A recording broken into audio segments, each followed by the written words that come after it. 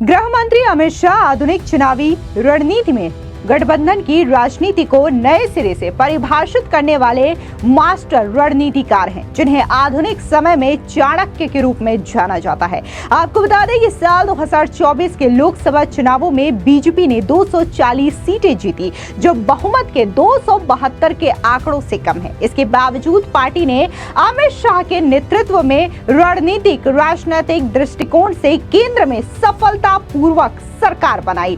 TDP और JDU के साथ चुनाव से पहले गठबंधन ने बीजेपी को बहुमत की सीमा को आसानी से पार करने में सक्षम बनाया। चुनावों से पहले अमित शाह ने आंध्र प्रदेश के चंद्रबाबू नायडू की टीडीपी और बिहार में नीतीश कुमार की जेडीयू के साथ महत्वपूर्ण गठबंधन किया। इन गठबंधन में बीजेपी को बहुमत की सीमा को पार करने में सक्षम बनाया, जिससे उन सीटों की भरपाई हुई जो उसने स्वतंत्र रूप से नहीं जीती थी। चुनाव पूर्व साझेदारी ने केंद्र में एक मजबूत और स्थिर सरकार गठन सुनिश्चित किया, जिससे बीजेपी गठबंधन के दबाव के कारण महत्वपूर्ण समझौतों के बिना अपने मूल वादों को पूरा करने में सक्षम हुई। इन गठबंधनों के निर्माण में अमित शाह की भूमिका बहुमत समर्थित और स्थिर सरकार स्थापित करने में काफी ज्यादा महत्वपूर्ण थी। ऐसे में चुनाव पूर्ण गठबंधन बनाने के पीछे रणनीति क्या है, इसको लेकर के कई तरीके के सवाल उठते हैं। दरअसल टीडीपी और जनसेना पार्टी के साथ गठबंधन बनाने के पीछे अहम रणनीति है। मार्च 2024 में गृह मंत्री अमित शाह की राजनीतिक रणनीति के कारण एन चंद्रबाबू नायडू के नेतृत्व वाली तेलुगु देशम पार्टी यानी कि टीडीपी एनडीए में फिर से शामिल हो गई, जिसने राज्य के राजनीतिक परिदृश्य में एक महत्वपूर्ण बदलाव को चिन्हित किया। इसके अलावा जनसेना पार्टी के नेता पवन कल्याण भी इसी गठबंधन का हिस्सा थे। इस कदम का समापन कुटामी गठबंधन के गठन में हुआ, जिसमें बीजेपी, टीडीपी और जनसेना शामिल है। आंध्र प्रदेश में अमित शाह का दृष्टिकोण बहुआयामी है, जो कि गठबंधनों के पुनर्निर्माण, क्षेत्रीय चुनौतियों से निपटने और रणनीतिक सहयोग और शासन प्रयासों के माध्यम से बीजेपी की उपस्थिति को मजबूत करने पर केंद्रित है। इसके अलावा नीतीश कुमार को लाने की अमित शाह की रणनीति ने बिहार में बीजेपी को कैसे मदद की, ये भी अपने आप में एक बड़ा सवाल है। दरअसल आपको बता दें कि बिहार में अमित शाह ने गठबंधन में न केवल जेडीयू बल्कि कई छोटे क्षेत्रीय दलों को भी शामिल किया, जिससे बीजेपी को महत्वपूर्ण राजनीतिक लाभ मिला। बता दें कि गठबंधन की स्थिरता और एकता नीतीश कुमार की जेडीयू, कुर्मी और अन्य ओबीसी समुदायों के बीच मजबूत समर्थन वाली एक महत्वपूर्ण क्षेत्रीय पार्टी एक महत्वपूर्ण सहयोगी बन गई। इस साझेदारी को सुरक्षित करके अमित शाह ने एक व्यापक और स्थिर गठबंधन की गारंटी दी, जिससे समान सामाजिक समूह के भीतर वोटों का विखंडन रोका जा सके। यानी कि यहाँ पर जो वोट बंटवारा होता था अमित शाह के बनाए गए इस गठबंधन से, वो चीजें एनडीए के समर्थन में गई। इसके अलावा टीडीपी और जनसेना पार्टी के साथ गठबंधन करने की अमित शाह की रणनीति ने कैसे आंध्र प्रदेश में बीजेपी को मदद की, ये भी अपने आप में एक बड़ा सवाल है। आपको बता दें कि 2024 के लोकसभा चुनाव में टीडीपी को 16 सीटें मिली, बीजेपी को 3 और जनसेना पार्टी को 2 सीटें मिली। एनडीए गठबंधन इस चुनाव में 50% से अधिक वोट शेयर हासिल करने में भी सक्षम हुआ। बता दें कि साल 2024 के विधानसभा चुनावों में टीडीपी ने 135 सीटें जीती, बीजेपी ने 8 और जनसेना पार्टी ने 21 सीटें हासिल की। बता दें अब जिस तरीके से बिहार की हमने बात की और इसके अलावा आंध्र प्रदेश की बात की कि कैसे अमित शाह के नेतृत्व में जो टीडीपी और जनसेना के साथ गठबंधन हुआ, उसने न सिर्फ आंध्र प्रदेश में एनडीए की सरकार बनाई, बल्कि जिस तरीके से बिहार में नीतीश कुमार के साथ गठबंधन है, वहां पर भी एनडीए की सरकार चल रही है। ऐसे में चौंकाने वाला आंकड़ा साल 2017 के यूपी विधानसभा चुनाव से भी आया, जिसने एक बार फिर से ये माना कि कैसे अमित शाह जो है वो चुनावी रणनीतिकार है और आज के जमाने के चाणक्य कहे जाते हैं। दरअसल उत्तर प्रदेश विधानसभा चुनाव 2017 में अमित शाह की रणनीतिक प्रतिभा ने सभी राजनीतिक पंडितों को चौंका दिया। अमित शाह की राजनीतिक प्रतिभा ने उत्तर प्रदेश 2017 विधानसभा चुनाव में बीजेपी को लगभग 15 साल के बाद सत्ता में वापस लाने में मदद की। अमित शाह की राजनीतिक सूझबूझ का लोहा उनके विरोधी भी मानते हैं। बता दें कि 2017 के राज्य चुनावों में अमित शाह ने अपना दल एस और सुहेल देव भारतीय समाज पार्टी के साथ गठबंधन किया। 2017 के राज्य विधानसभा चुनावों में बीजेपी को 403 में से 312 सीटें मिली। ऐसे में सवाल उठता है कि एसबीएसपी के साथ गठबंधन बनाने के पीछे बीजेपी की आखिर रणनीति क्या थी। तो आपको बता दें कि पूर्वी उत्तर प्रदेश की आबादी में लगभग 20% हिस्सा रखने वाले राजभर समुदाय को इस क्षेत्र में यादवों के बाद दूसरा सबसे प्रभावशाली राजनीतिक समूह माना जाता है।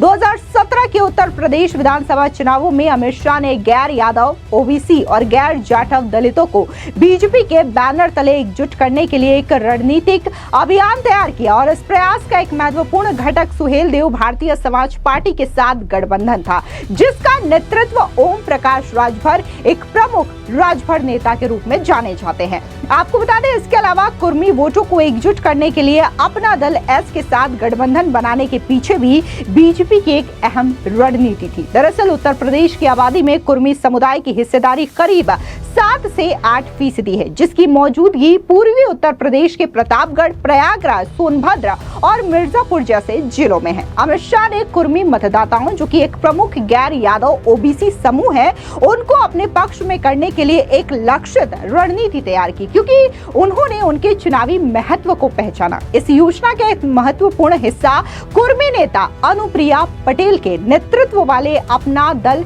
सोनेलाल के साथ बीजेपी का गठबंधन था। अपना दल एस को 2017 के चुनावों में 11 सीटें आवंटित की गई, जिसमें से उन्होंने 9 सीटें हासिल की, जिसमें से ज्यादातर मध्य और पूर्वी उत्तर प्रदेश के क्षेत्रों में थी, जहां कुर्मी आबादी काफी अधिक है। आपको बता दें कि अमित शाह के नेतृत्व में जहां आंध्र प्रदेश हो, बिहार हो या फिर उत्तर प्रदेश हो, इन तीनों ही स्टेट का चुनाव सक्सेसफुल रहा। तो अब लोगों के जहन में सवाल है बिहार को लेकर के और तमिलनाडु में होने वाले चुनाव को लेकर के। सबसे पहले बात हम बिहार की करते हैं। बिहार यानी कि इसे एक मिशन बिहार के तौर पर बीजेपी के लिए देखा जा रहा है। बिहार में एनडीए की भारी जीत सुनिश्चित करने के लिए मास्टर रणनीतिकार अमित शाह एक बार फिर से अपनी रणनीति पर काम कर रहे हैं, यानी कि अलग अलग यहाँ पर पॉइंट्स बनाए गए हैं, जिसमें है महत्वाकांक्षी सीट का लक्ष्य, यानी कि मार्च 2025 में अमित शाह ने 243 में से 225 से अधिक सीटों के लक्ष्य के साथ उच्च लक्ष्य रखा है, जिससे एनडीए 200 सीटों की सीमा को पार कर गया और एक प्रमुख बहुमत स्थापित किया। इसके अलावा है गठबंधन, सामंजस्य और सीट बंटवारा। अमित शाह ने जेडीयू और अन्य एनडीए सहयोगी, जिनमें हम आरएलजेडी और इसके अलावा चिराग पासवान का गुट शामिल है। इसके अलावा है बूथ स्तरीय प्रबंधन और मतदाता जुटाना, यानी कि महाराष्ट्र में इस्तेमाल की गई सफल रणनीति से प्रेरणा लेते हुए अमित शाह ने बूथ स्तरीय समितियों को खराब प्रदर्शन करने वाले बूथों पर कड़ी निगरानी रखने के लिए लक्षित पहुंच बनाने और मतदाता को बढ़ावा देने का निर्देश दिया गया है। इसके अलावा एकीकृत नेतृत्व का संदेश, यानी कि बीजेपी की बढ़ती प्रमुखता के बीच अमित शाह ने कूटनीतिक रुख अपनाया।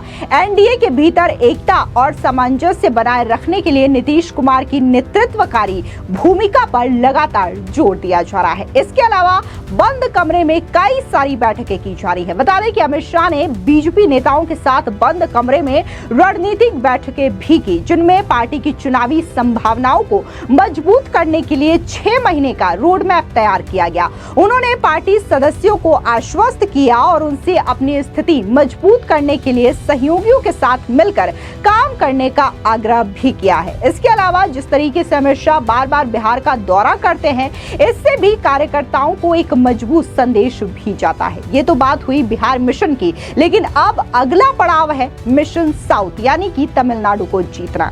आपको बता दें कि अमित शाह की तमिलनाडु में बड़ी रणनीति है बीजेपी और एआईडीएमके गठबंधन बनाना। आपको बता दें कि 11 अप्रैल को केंद्रीय गृह मंत्री अमित शाह ने यह घोषणा की है कि भारतीय जनता पार्टी और एआईएडीएमके 2026 में तमिलनाडु विधानसभा चुनाव एक साथ मिलकर के लड़ेंगे। अब ऐसे में सवाल उठता है कि एआईएडीएमके के साथ गठबंधन बनाने के पीछे आखिर अमित शाह की रणनीति क्या है। तो आपको बता दें कि इस गठबंधन को बना करके अमित शाह का लक्ष्य डीएमके विरोधी वोटों को एकजुट करना और एकजुट विपक्ष पेश करना है।